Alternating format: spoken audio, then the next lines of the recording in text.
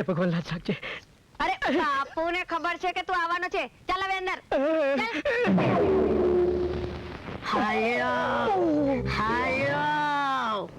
રામ રામ રૂપસંગ ઠાકોર ને. રામ રામ. આવ દેવજી આવ. બેસ. અલ્યા તારી હંધી વાત તો મારી દીકરી રૂપાએ મને કરી છે. પણ મારી હંધી વાત તને કરી છે કે નહીં? કરી છે બાપુ, હંધીએ કરી છે. અરે પણ બાપુ આ હું આજે તમારે કાંખમાં બેહવાનો વારો કાંઈ હો?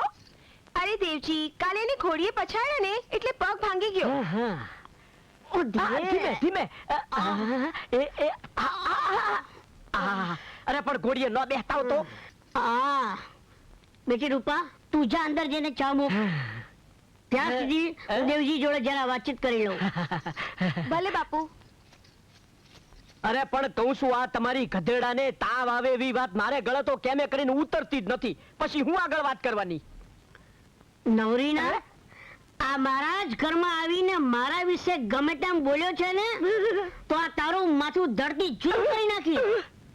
જો મેં તને અહીંયા એટલા માટે બોલાયો છે કે જો તારામાં કરિયાવર આપવાની તેવડ ના હોય તો મારી દીકરી રૂપાને ભૂલી જજે. હા ટાઢા પડો. કહું છું, હાલવાની તેવડ નથી ને ધડથી માથા ઉતરે લેવાની મોટી મોટી વાતો હું કામ કરો છો? કહું છું, એક વાત તમે સાંભળી લો. આ કરિયાવર લેવાની વાત કરશો ને તો પછી આખો જન્મારો તમારી દીકરી વાંઢી રહી જાય. ટાઢા પડો. હાલતી નો થા મારા ઘરમાંથી, નહીં તો તારા રાય જેટલા કટકા કરી નાખીશ. અરે હું કહું છું, તમે એને જવા દો. તમે ટાઢા પડો. જાને ભાઈ